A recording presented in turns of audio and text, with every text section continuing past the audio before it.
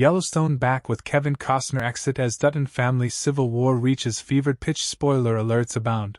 Written as usual by Taylor Sheridan, the long-awaited final half of Yellowstone's 5th season opens with Beth Dutton, Kelly Reilly, pulling up to the governor's mansion to see all hell has broken loose with emergency vehicles flashing everywhere.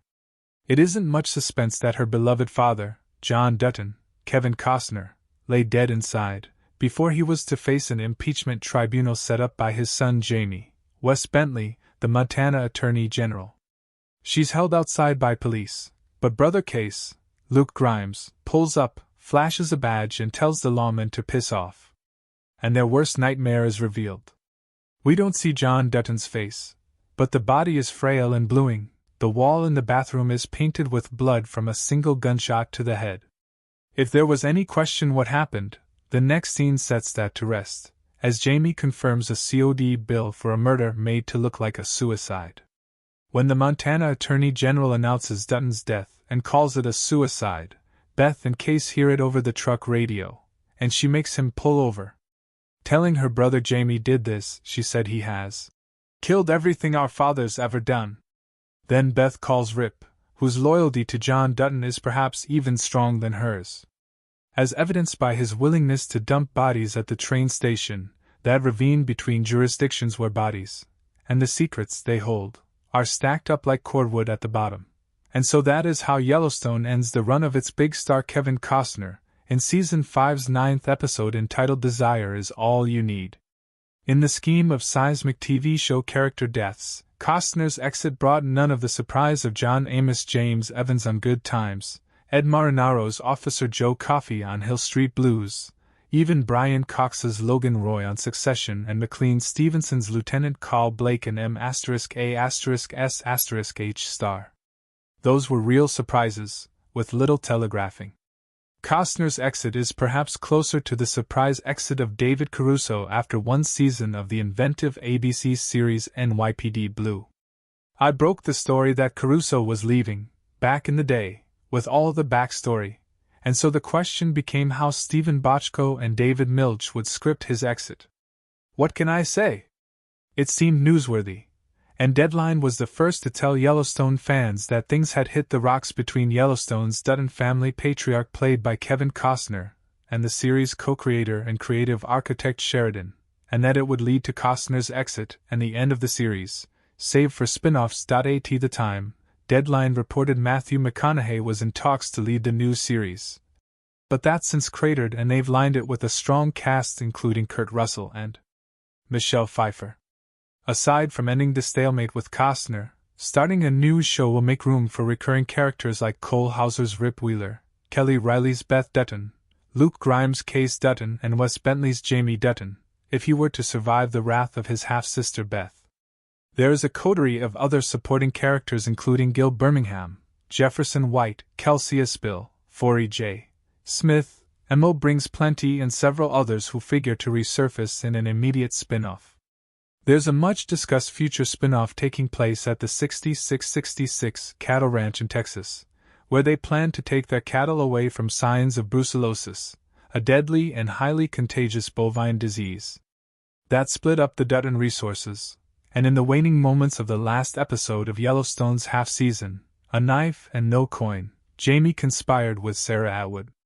She's played by Dawn Olivieri, who played Faith Hill's doomed prudish sister in 1883 and resurfaces here as a Hellcat lawyer/lobbyist for the Dutton clan's arch-enemy Market Equities.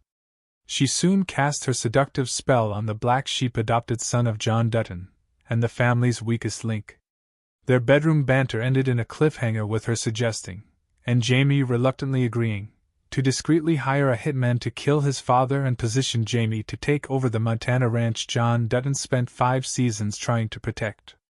The episode swings between present and recent past, as Beth and Rip, and Case and wife Monica, Kelsey Aspill, and son Tate, Brecken Merrill, make plans for their futures. Also planning is Sarah Atwood, who meets a shadowy man who choreographs killings. She gives her permission to execute a plan that will kill John Dutton and make it look like a suicide.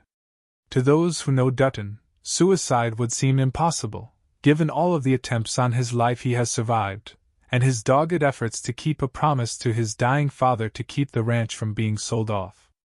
But there it is. Beyond the real stalemate between Sheridan and Costner, ending Yellowstone and starting anew makes financial sense.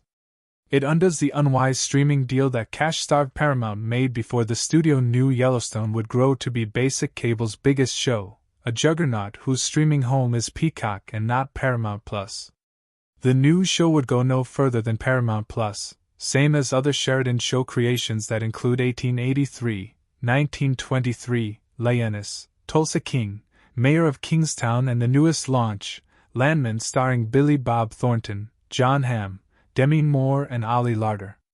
Costner surely deserves a tip of the cowboy hat as he focuses on the uncertain future of his quartet of Horizon movies. When Costner signed on to Yellowstone because he knew a great script when he read one, there was not a lot of interest in a modern-day TV Western. It surely helped to have the Oscar-winning Dances with Wolves star as the show patriarch, to go with his work in Westerns from Silverado to Open Range and Wyatt Earp. While the marriage was never an easy one, both these guys are top of the food chain creative talents. Costner and Sheridan succeeded together, and the latter got to show off a cowboy life he has lived since he grew up on a ranch. An existence that most people never imagined. As proven by the advertising that populates the show, Yellowstone has become symbolic of a lifestyle more than just an episodic drama, and it has made everyone a fortune. Sheridan might seem a tough nut, but if you look at some of the moments in this episode that feature long-in-the-tooth non-pro actors, you can bet those are people that Sheridan met along the way, accomplished craftsmen of a cowboy past. It just seems somehow a shame that Costner went out so meekly. Back to the present. Jamie comes home, breaks into tears, and is met by his femme fatale girlfriend, scantily clad and ready to celebrate. Jamie seems a broken man, but when she gives him a pep talk about the young lion taking out the old lion, he stops blubbering. Next, Beth sorts over the future of the Dutton Ranch with Case, a killer who doesn't seem like he wants to believe Jamie could do something so unspeakable. He uses his law enforcement connections to search for surveillance footage that might provide answers, and is told that a transponder that should have been recording stuff failed around the time Dutton died. Beth offers Case a knowing look and tells him to visit his brother Jamie, because then he'll know. "Look him in the eye, Case, then come home and help me decide how to kill him," Beth says. Then Rip pulls up after racing home from the 6666, and Beth collapses in his arms.